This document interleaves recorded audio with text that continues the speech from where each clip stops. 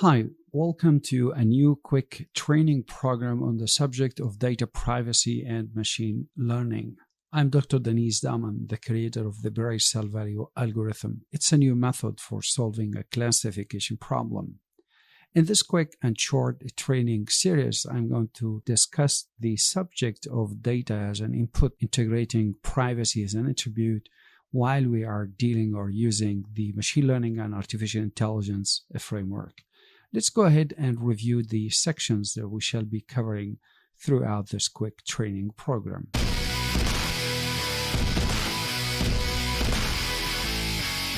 In this training program, we're going to look at 4 main sections, and the 5th one is going to be kind of a bonus information. So in section 1, essentially we're going to start speaking about the subject of AI and machine learning in principle as a framework.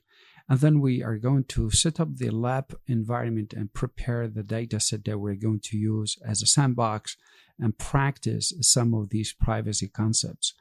And then we are going to discuss a brainstorming on the subject of data privacy. Following that, we are going to have a quick tour of examples on case studies of breaching data privacy. In section 2, essentially, we are going to discuss the setting up of some main assumption when it's come to understand the concept of data privacy. Following that, a lab illustration on breaching privacy. And then in depth, we're going to discuss the advanced concept and techniques of anonymization. Following that, lab illustration on technique that comes after implementing or integrating privacy as an attribute. In section 3, essentially, we are going to start discuss in depth the concept of a differential privacy, which is one of the most prominent kind of subject concerning the idea of privacy. It's a mathematical foundation, so to speak. And that's based on the query concept or principle. Then we will look at the mathematical framework of differential privacy. Following that, we're going to discuss the technique of differential privacy for continuous and categorical type of data. Finally, lab illustration on the concept. In section 4, we are going actually to carry on the differential privacy discussion. However, this time while we are having a shared kind of data set, not a query one. And then we're going to discuss some of those techniques when given the data is shared, such as creating or generating synthetic data using encryption techniques and federated learning implementation. And then we're going to be looking at a lab illustration on certain concept. And finally, we will be discussing the challenges and the further work on the subject. Finally, we move to bonus information in section 5. That seems to be kind of irrelevant to the subject of privacy, to the idea of AI models, attacks, and defense strategies. Now, I saw that could be proper to introduce you to the concept or to the idea in general and inform you about another short series I will be releasing in the near future about method that I have developed called the norm culture, and I published academic paper concerning that method. So in this section, actually, I will just be introducing you to the norm culture kind of algorithm. But for now, the main 4 sections to discuss about data and privacy and machine learning, it will be the main focus of this material. So let's go ahead and review section 1 of this training program. Once again, just to remind you, we will be looking at AI and machine learning in principle, and then we'll be setting the lab, and we'll have discussion, brainstorming about the subject of privacy of data, and finally a tour of examples of case study and breaching data privacy. So essentially, let's have a quick discussion on the idea of AI and machine learning. Just to remind you, this material does not focus actually about anything related to AI and machine learning framework. If you are interested, you might want to check my 3rd book from the Big Bang of Data Science, 1st edition. That is prediction from the start to the end, where I have dedicated the entire book to discuss in depth every possible kind of implementation and technique giving the framework of artificial intelligence and machine learning.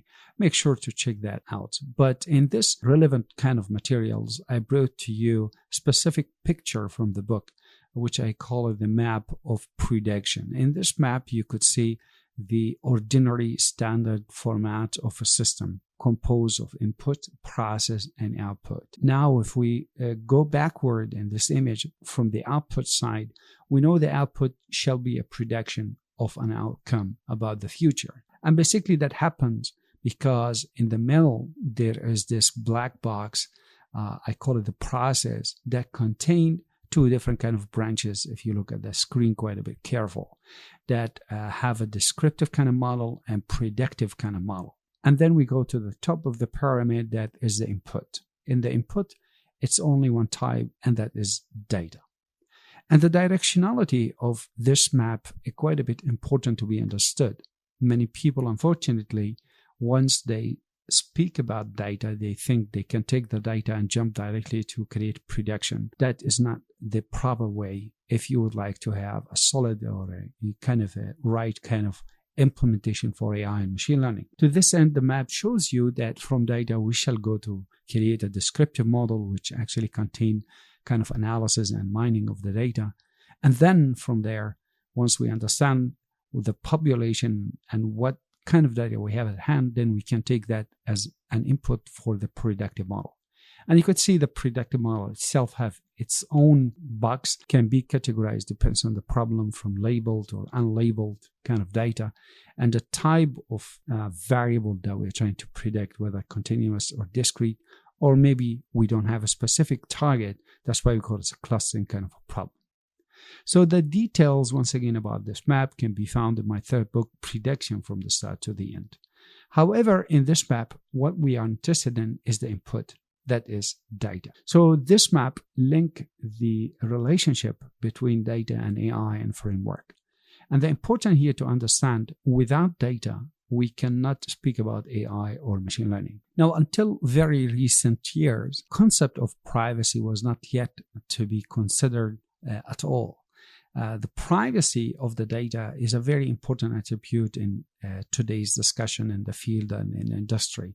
And the reason, because of those scandals have been actually dominating the headlines for quite a number of times about some of these corporates. They misused privacy of the data for individuals and their own customers. To this end, privacy become a field of research when it considers dealing with data. So this map, I hope it's quite clear to make the link between data, privacy, and AI all together quite clear to you. Let's look at this simulation of a storyline. Let's assume there is a clinic, call it Clinic X company, which is actually a healthcare kind of a clinic. And say this company contain number of information or sensitive kind of information about their customers. In particular, they have this data set contain like some important features such as the name, the age, the gender of the customer, and maybe the zip code, and some detailed demographic information, and maybe also some details related to health care things. And in particular, say maybe this data set concerning the diabetes disease. So if the customer actually happens to have a diabetes, yes or no. So it's a kind of binary of a class. Imagine after some time, this company decided to actually put this data set for sharing. Now, I will not say the reason yet. We will establish different scenarios anyway, why a company like this would have to do that. The first thing and the most old-time technique of taking care of the privacy for their customers is to remove this name feature. And this is exactly what you see in the data set. So they remove the name features and the data looks like now anonymized. It means we don't know who is the customer. Now the point to start actually when this third element come into the equation, the accessor. They would like to have access to this data set. There are two possible scenarios that the way they can access this data set. The first one I call a query scenario. I mean, they can query this data set or maybe a shared copy of this data set. The whole data set can be shared with them. Now, either way, it doesn't really matter, but the importance is we have to consider this third element, the one they want to access to the data set. Now, who are the possibilities of this third element or the accessors?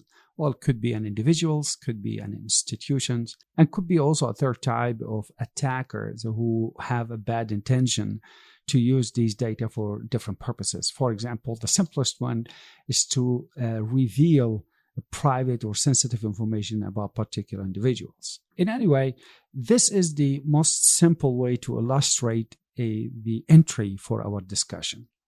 Now, what we're going to do, actually, we're going to move to set up the lab environment, which is going to be our main sandbox implementation along the line. So first, we will be setting the lab environment, introduce you the GitHub repository for it, and then we will speak about the data set we are going to use. And finally, we will create two important models. One we call it analytical models, another one called predictive models. This is the practice in the industry, usually what happens when you have a data set. Let's go ahead and do so. So here is the GitHub repository that I made it available for this particular training program. In this GitHub, you will find most of the information you need. Now, in the very beginning, there are three important tips I would like to share with you before you carry reading, if you like. The first step is about the project. This project is linked to a review paper that I have written about the subject. This review paper named the Review of Data Privacy Techniques, Concept, Scenarios, and Architecture, Simulation Challenges, and Future Directions. Now, if you'd like to keep eye on this published paper, which I'm going to make it available for open source, you might want to click this link, and then you will end up the website of DAHMAN'S Phi Services. Now, in particular, you can keep eye on this publication. Soon I will be sharing the link for the academic paper concerning the subject, or the general review survey paper on the subject of data privacy. In the second tip, I'm going to share with you this link that is for the lab for all the code that we're going to be implementing along the line. Once you click that link, it will link you to this particular GitHub, actually Jupyter node. All the code that I'm going to be using and writing along the line, it will be actually here. So if you would like to follow along with me, you might want to take this as your reference. So I make this available. Click for open in collab if you like. Finally, it's about the availability of supporting the data. So as I said, we will be choosing a data set to work along with, and then set up the entire simulation for explanation about the subject in general. That's why you could refer to this particular data availability set, which is actually available in the UCI machine learning repository. Now, this data set, it's a heart failure clinical record data set. In particular, it has a number of features such as the age, anemia, creatinine, and diabetes, etc., etc. Now, this data set in particular was put for the task of creating a predictive model for heart disease. However, I have decided to take this data set and make some amendment that helped me to actually explore the idea of privacy. So our main concern is not at all to speak about prediction or anything of that sort, but rather to use this information or data for a different purpose, that to illustrate what does privacy mean. And I will be actually using the diabetes, this particular feature, as the actual target in our investigation. It's a binary kind of feature, as you can see, 0 and 1. So somebody with diabetes or not. So that is the link for the dataset. Now, the rest of this repository, it explains actually the sections of the academic paper and how it has been written and organized. If you like, of course, you keep just eye on the published paper where you can understand each section in details. However, this short training program also will help you to understand the idea in general, which I'm going to summarize everything about the academic paper anyway. Let's now move to the lab. As I've mentioned, this particular Jupyter, it's made available on the GitHub. You can just follow along with me. So essentially, in the hope, just a quick introduction on the general idea, what we are up to use. Now, this data set I have just shared with you, the heart failure clinical record. However, I have had to make some kind of amendment on the data set that helped me to set up the simulation for the future. First of all, I need you to know, as I said, we'll be looking at the diabetes in particular, not the heart actually attacks happen or not. The second important thing, I'm going to make some important amendment for this data set. Now, the data set actually looks like exactly this way, and these are the main features come with the data set. As you can see, I am considering with some important features that actually illustrate the idea of privacy, in particular the age, the gender here, However, as you can see, there is no name and there is no zip code. In particular, of course, the name was removed for anonymization purpose. So we only have this age and gender that help us to demonstrate or simulate the problem of privacy in general. So what I have decided to do actually to make an amendment, I'm going to actually generate kind of a fictional kind of names and zip codes, and I add them to this data set. To this end, I have created this generating name sections here where all the idea of generating those fake names and zip codes are here. So here in this function, you are generating names and just randomize them. And same thing, you generate zip codes and you randomize them. And then I attach these two kind of columns to the data set. So as a result, I would have then this new data set I call the amendment data set. And this data set would look like exactly this. So you could see here names and zip code are completely fictional two feature I have created. Now to make the simulation of the Clinic X company that I have just shown you in the slides looks like real. So imagine now I am the owner of this data set. That's why I have access to the real name and the zip code of the information of my customers. Here, an important amendment happens also. Essentially, I had to anonymize this data set. In other words, to say, if I would have this data set, I'm going to remove this name and I make it like available exactly as it is. So it becomes exactly like the original one. However, the zip code was in there. This is the first thing I have accomplished. So in this data set called anonymized data set now, we have every feature as it was, in addition to this fictional zip code feature. This is a very important one, and the name was removed. Now, it looks like this is the data set that will be shared with the public or put out for queries and etc. Now, one more thing I have done. I have created another data set. I call it telecom data set. Now, this telecom data set, in fact, it's exactly the same data set that we have, but for simulative purposes, I imagined that there is another company that have completely separate kind of data set to simulate real facts of kind of a text similar to this one. So this is another company called a telecommunication company, have their own data set. And imagine another individual have access to that data set, complete access to the data set. It means they have the name and they have the age and the gender and the zip code for that separate data set. And imagine because it's a telecommunication company, they are a customer number and there are number of calling per minute. So I actually created this data set from the previous one just to simulate two different kind of data set. As a result, by the end, we would have these actually two data sets. And that's exactly what you see here in the links. I make both data sets, by the way, available. You don't have to go through the hassle of creating them. I just wanted to share with you. So the first one called anonymized data set in the telecommunication data set, completely different. And by the way, both of them have been actually from this original data set anyway. And the last one you could see here called a noisy synthetic data set. It's something in the future we will learn about why I have generated this data set. But for now, it does not matter for us. Important that we know we have these two data sets.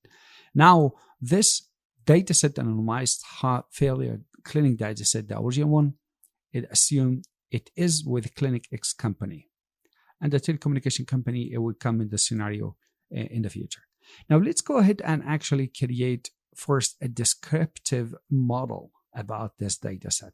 Now, to go through the idea of descriptive model, as I have mentioned in my third book, Prediction from the Start to the End, I walk you through the entire idea of creating a professional kind of a descriptive model from zero to the end. So all the concept, starting from creating the right research question, putting up the right link of details, etc., it has been explained in that book. But once again, we're not focusing neither on descriptive analytical model nor on predictive model in this particular series.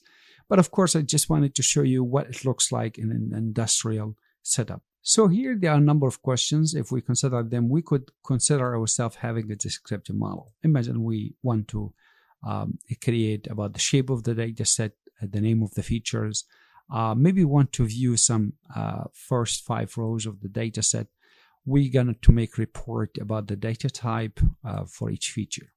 And from here, this question maybe could make a huge sense. For example, let's make the description on continuous and categorical type of data we have. And then we can look at the relation between the average age people with diabetes and their age group distribution. And they're also geographical location, that it means the zip code. And then we can look also the gender distribution for people with diabetes, and maybe a relation between smoking and diabetes. So these are purely research questions that if they are answered, then we have a descriptive model anyway, and with bunch of graphs make it much more sense. So I've created this class called analysis CLS class that create or contain number of functions. So one function to take care of the head, function for the information descriptive, and then you have another function for the average and counting. And also finally, you have this report function. So these are actually built-in functions, so you can't really have access on them. Once you have an instance of this class, you only can reach out to the report. And basically, the report call on each one of these functions. So if you run this code, you should have the same exact kind of appearance for report. Basically, it tells you that the dataset has 299 subjects with 13 features. And the features are the age, the anemia, creatinine, disease, diabetes, etc., etc. And these are the first 5 rows of the data set and what the values looks like. And then we have actually the technicality of each features. For example, the age seems to be float, the anemia seems to be integer, etc. And then we have here the first distribution about this kind of continuous variable. For example, the age. So we have here count of 299 cases, the mean of the age in this data set around 60, their standard deviation around 11 years away, so it seems to be quite a bit skewed kind of data set. The minimum age was 40, the maximum age was 95, so it's a large gap.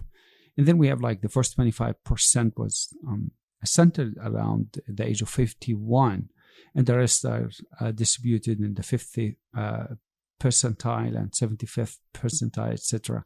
So you could look at each one of these and try to make your descriptive idea. Once again, this is fictional. It will not help you to do anything. Just like want to show you what this look like from analytical perspective. For categorical features, for example, if we look at the feature of anemia, we have 170 cases without and 129 with. Same thing, look at the diabetes and their distributions. And then you look at the high blood pressure, people with or without. And then we look at the gender distribution, 194 of gender 1 and the rest are gender 0. It doesn't matter what gender 1 is, male or female, but just like say 1 and 0s. And smoking or not smoking categories. And then we have the age group here disputed with relation to diabetes. So this is the average age for people who have diabetes. So the average age is 59.41, and this is the actual distribution you can see about this particular group with diabetes. You could also look at the age group distribution in general. You have like 67% people from age 40 to 65, which match actually what we have just found out in the age distribution here. Same thing if you look at the geolocation, which is the zip code. You could see them, they are almost identical, distributed across each one of these. But one more time, just to remind you, this is a fictional zip feature. So that kind of information looks like so perfect because it was tailored that way. I have generated this anyway. So just to show you that there is a kind of feature looks like zip code. And then we have this relation between smokers or their distribution actually. 76% they don't, and 24% yes. So these people have diabetes, okay? So the people who does not smoke and they have diabetes are 76%. So that leads you to an important conclusion. Seems smoking does not actually contribute to diabetes at all. But anyway, you have also some other distribution of the gender for people with diabetes.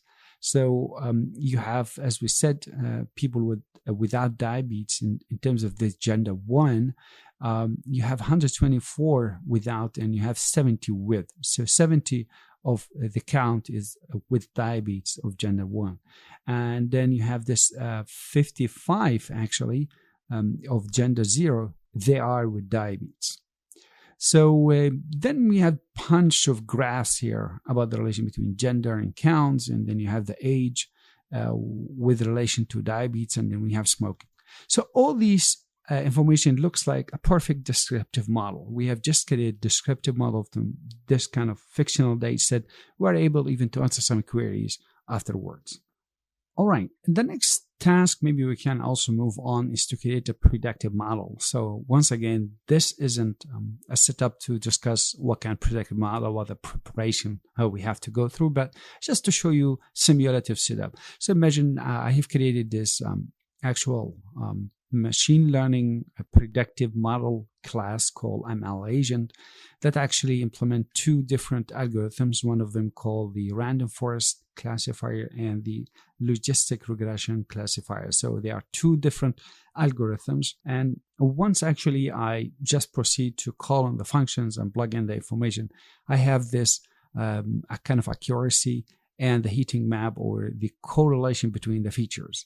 They get like this random forest seems to work better than the logistic regression. It doesn't matter. So it's just an illustrative idea anyway. Also to show you another kind of artificial intelligence, that's the phenomena of deep learning and neural networks. So I have created also another class called the ANN model that create actually a real neural network kind of model to make a prediction. And the math is absolute one. So I did not rely on any available kind of tools to do so. So you could see in the actual neural network, once I implement and I plug in the data set, I got like accuracy of 57.89. Anyway, this information does not really affect anything to our information. So the conclusion, we have the data set put on share for query whatsoever, and people have access to it and start making work. And this is what the industry aims for from the very beginning. So there's some kind of a descriptive model help people to learn about the diabetes and gender distribution, etc., etc. So along the line now, we're going to integrate and plug in the problem of privacy and how things become a little bit more tricky along the line. So we're coming back here to our slides to discuss a question, kind of brainstorming. What are we trying to accomplish with the subject of data privacy actually, and its relation also to AI and machine learning?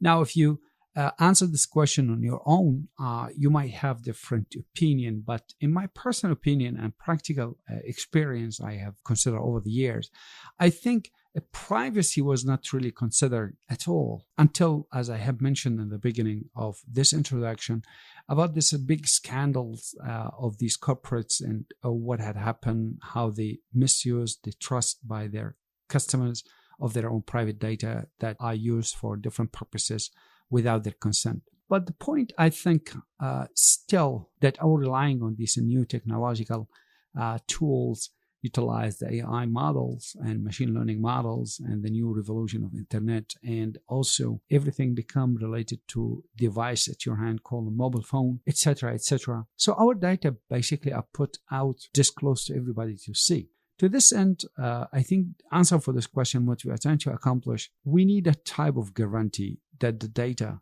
or our own data will be preserved if we have to put these data out somewhere on a third-party server, or maybe we share these data with somebody for any purpose or so on. So can we achieve that? And this is the main discussion that we shall be actually building up as we go through. Let me show you here an important actual mathematical illustration of the idea. Now, first of all, we have to hold these assumptions. We are dealing with the structured type of data set, regardless of the end. So what I'm trying to say, even the data set could be a voice kind of data set, so it doesn't seem structured at all. But at the end, somehow we are going to make it kind of a structured one. In other words, mathematically speaking, looks like a matrix that have rows and columns entry, where each row will be considered as a participant, so to speak, and each column will be considered a feature. Just like the data set we have just worked with or created.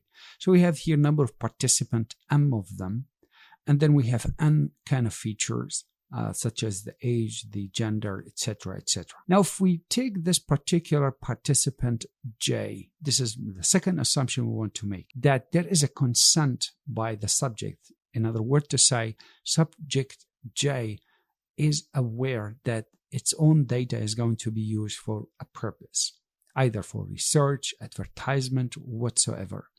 So there is a consent was drawn or requested by the subject J. This is the assumption. Now, in case of no consent, as many cases could happen, that there is no consent was actually drawn or requested by the one who is going to save your data, this case become a little bit legal issue to discuss. And this isn't the focus of this material. To this end, I'm going to work on the assumption that there is a consent. It means the subject is aware that their data is out there somewhere. Now, what we want to do, we want to take this vector belong to participant J and pass it to a kind of a framework. We call it a privacy framework, do some work on it, and output a new vector. We call it, again, participant J vector, but this time is a private one. So we want to convert this X1 to become X1 private, X2 private, all the way to Xn private. This is the target. This is what we want to do. Now, let me discuss with you some motivating ideas before we warm up with real examples. The first thing I want to share with you is this project called the DAHMAN'S project, or stand for Generative Adversarial kind of a network. It's a deep learning architectural project. It trains two neural networks to compete against each other to generate more authentic kind of a new data from a given training data set. Well, the project is novel, mathematically sound, great idea, everything, and can really help to improve and advance a lot of research and make things possible.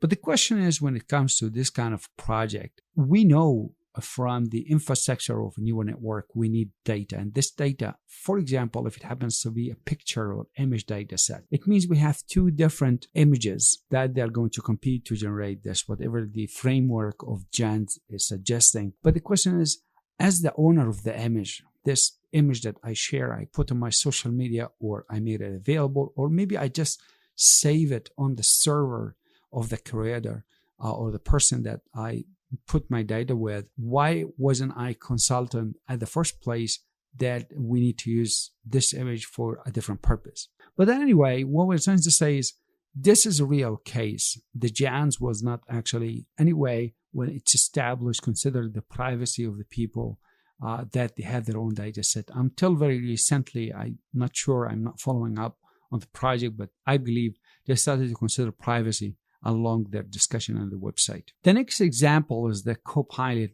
GitHub project. It's a GitHub Copilot. It's a kind of code completion tool developed by GitHub and OpenAI to assist users of Visual Studio Code and Visual Studio and NeoVim and others to actually accomplish much more sufficient kind of writing code.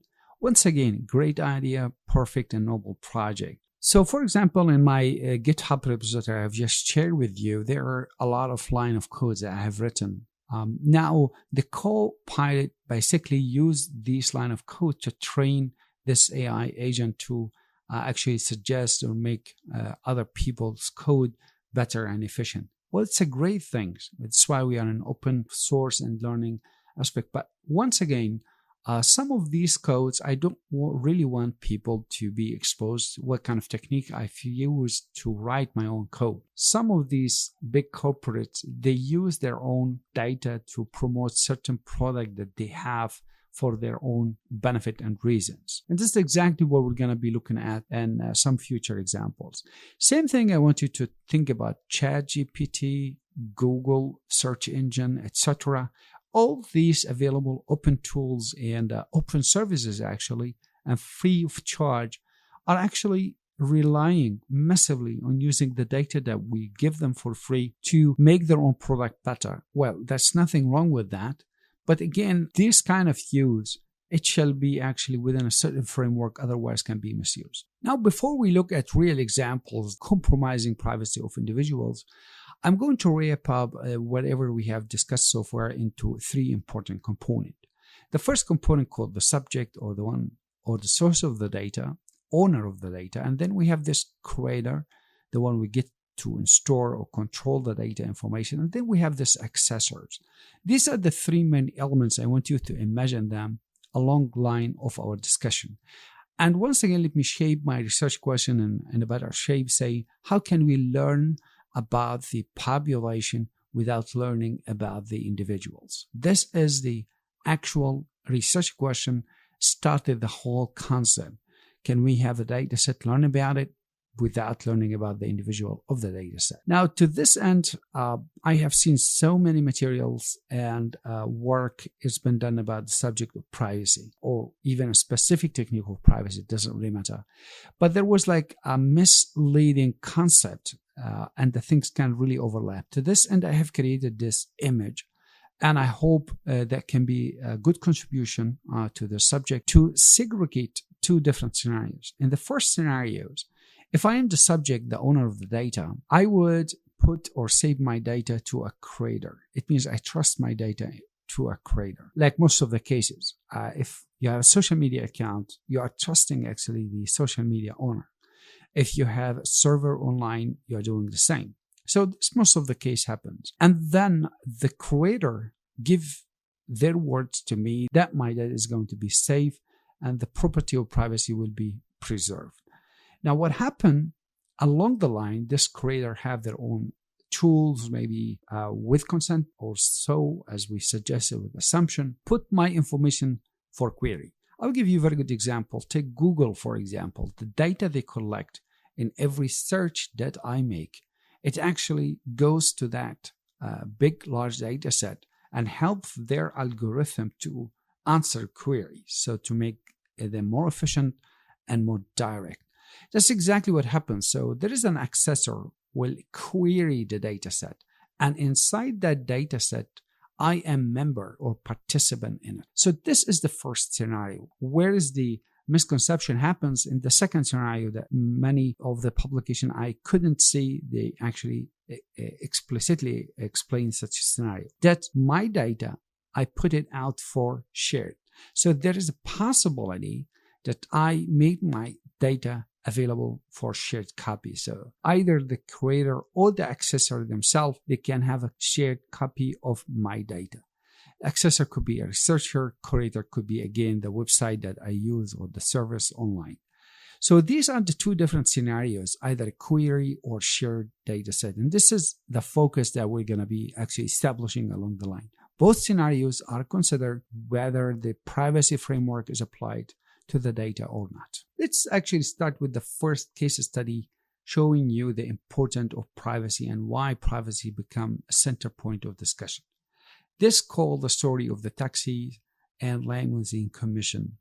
Now, the Taxi and Limousine Commission, it's a actually official agency in the United States, in particular New York City, seems to have a lot of information and data about taxi drivers. So basically, they have all the information about the taxi and the fares, the trips they make, etc. And this particular government part agency used to publish statistics about the data they have. And in particular, in 2014, they published some sort of statistics about taxi, their fares, how long they worked, they've been on the road, how long they rested, etc.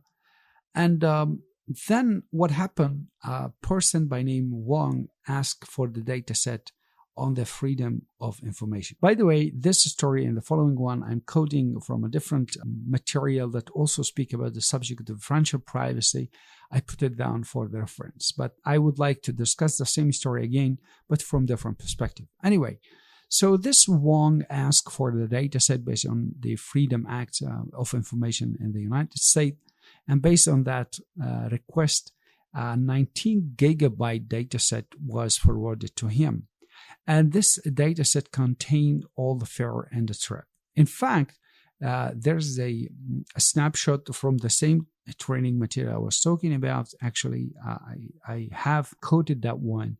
This is a raw entry of that data set, 19 gigabytes. So you could see here, number of features, such as the medallion, the hack license, the vendor ID, some longitude and altitude information, etc. Now, the first thing to observe that the medallion and the hack license numbers seems to be different. They are not numbers, seems to be kind of a hashed number. The rest seems to be real information. And that's logic, that the medallion and the hack license shall be actually preserved, kind of a private information, just like the name. Already the name of the driver, you wouldn't have access to it. But what we have here, this medallion hack license was hashed for privacy concern. Now, what happened next, it's kind of a small piece of information I share with you before I proceed on the story. With a little bit of background and knowledge of mathematics and algorithms and writing codes, you could really unlock a lot of doors and discover a lot of things. Now, there is this algorithm called the Message Digest Algorithm 5, or the MD5. It's a widely used cryptographic hash function which basically does, regardless of the input of the data. For example, you could have like 1,000 features of vector. Just input it to this MD5 and it will spell out or return for you 128-bit hash value. And it turns out over the years to be used for different reasons, for example, like a checksum to check the integrity of a file. But at the same time, some other use can be also to actually hash a certain value. So you see, this piece of information could be really valuable while you are working on a certain research. So what happened here exactly, this case of another researcher called Joshua, he found out owner of this hack license to make a lot of money in such a short time. So on a daily basis, he was making like 7,000, 6,000, etc. And it was like an interesting analytical point of view of the researcher to find out, is this a real person? So with the knowledge that this person have about the MD5, he thought, well, what about if I echo a random number? Say, for example, actually, if I would have to echo -n using any Linux server, echo -n0, the number that I would like to hash, and pipe with the MD5 sum. And when he does so, to his surprise, it was exactly identical to the hack license returned here. Then he come up to the conclusion, well, what happened, there seems to be some missing data. I mean, the hack license was entered wrong. And then the data administrator decided that every missing information will just put number 0. And then there is another process before they released the data. They hashed all the hack license, and it happens that all the zeros were aggregated under the same driver. That explains the amount of money that we see. So it seems to be actually, this is not one driver. There's a number of them happens to be on this particular day. Well, that kind of conclusion reserved to another researcher who actually thought about something else.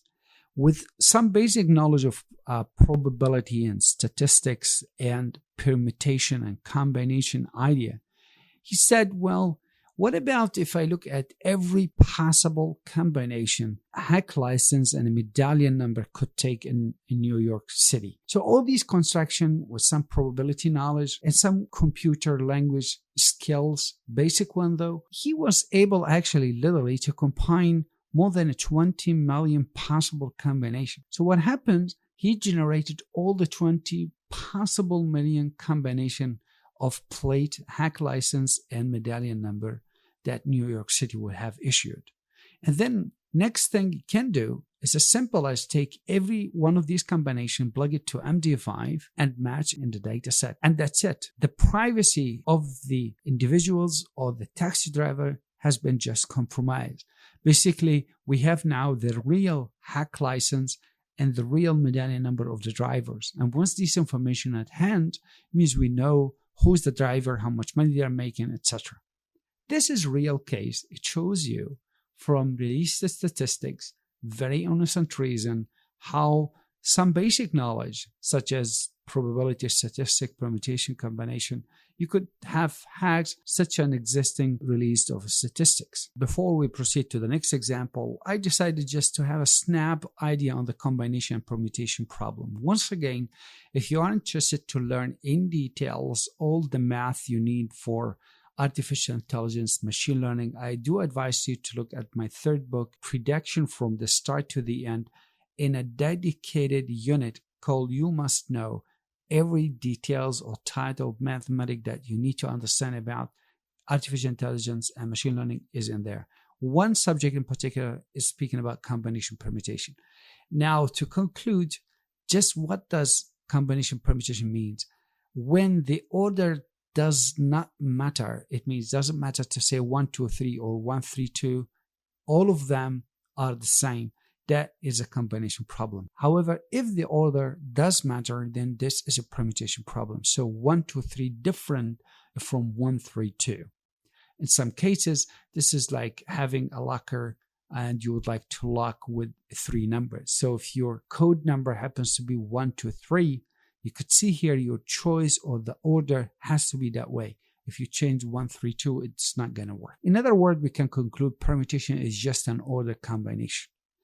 Now, basically, there are 2 basic types of permutation.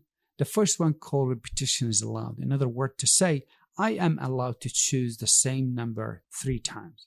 Imagine if I have a locker and I would like to choose a password from 10 possible digits. And I am allowed actually to choose the same number. So I might have a password like 333. To calculate all possible permutation of this problem, you just take the total number. For example, I have 10 digits to the power of the only choice of number. In this case, only 3 digits. That's R. The second case, repetition is not allowed. If you have like a kind of a race, the order of the combination of this kind of permutation problem, who are the possible people that is going to take the first and then the second and the third? The same person will not be the first, the second, and the third. So there's no repetition is allowed here. And the order is important. So this is a permutation problem. Now, the next one is related to the combination when the order doesn't really matter. The first type is when you say the repetition is not allowed. For example, a lottery number. In other words, to say, well, the order of 2, 15, 11, and 1 doesn't matter, but we cannot repeat 11 twice. And the calculation of that, as you can see in the screen, call n chosen r. And the actual factorial of n divided by the n minus r factorial multiplied by that r factorial to account for the order does not really matter.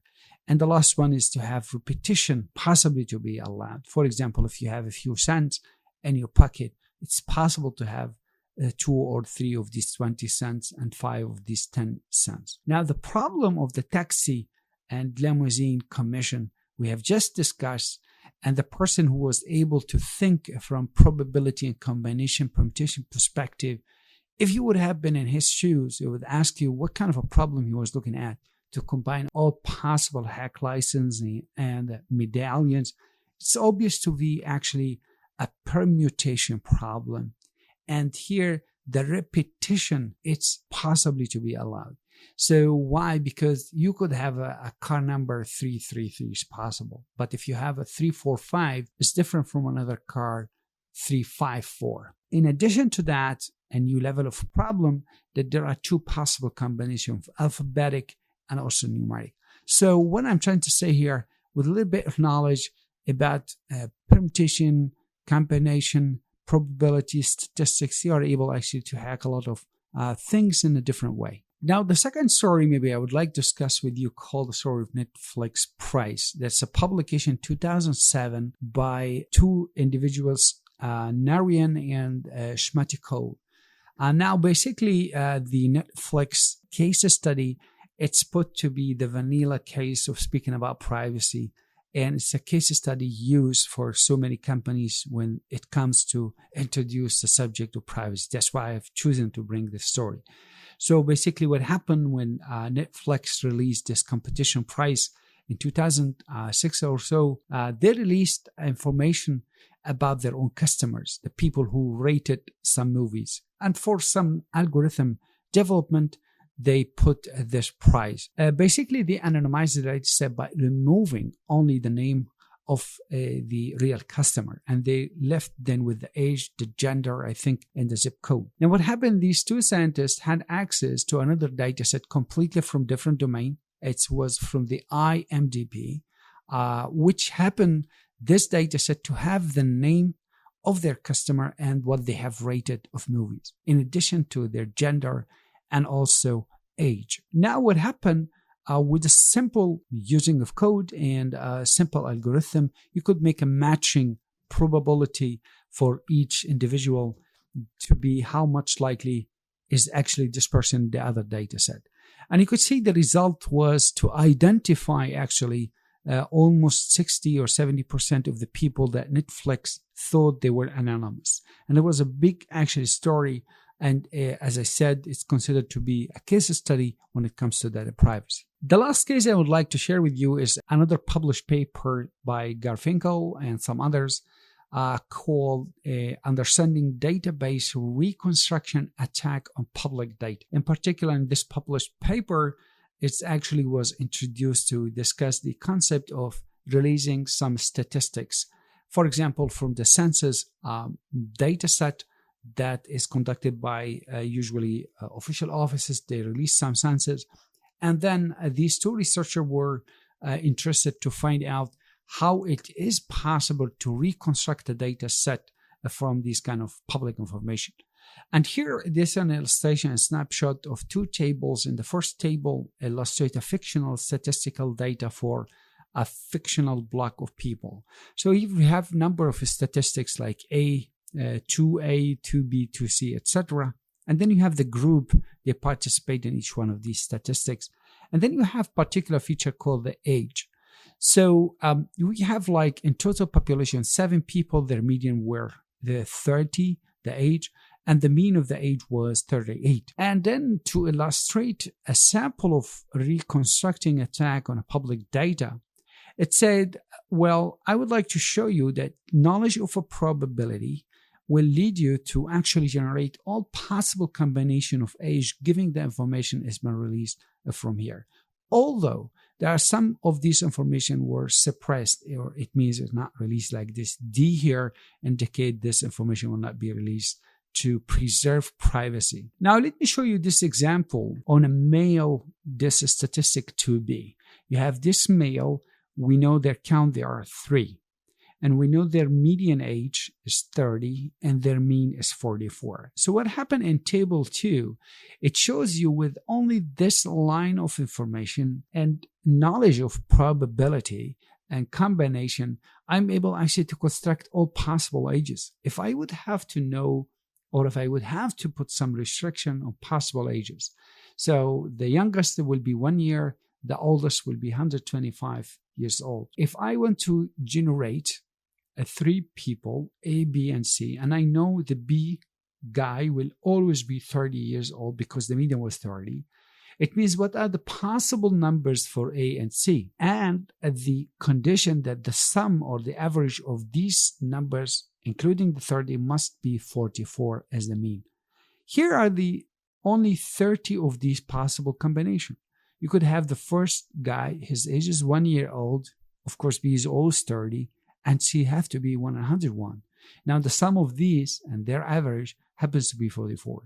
Same if you assume it's 2 years old, then 30, then 100. Again, average mean is 44 and so on and so forth.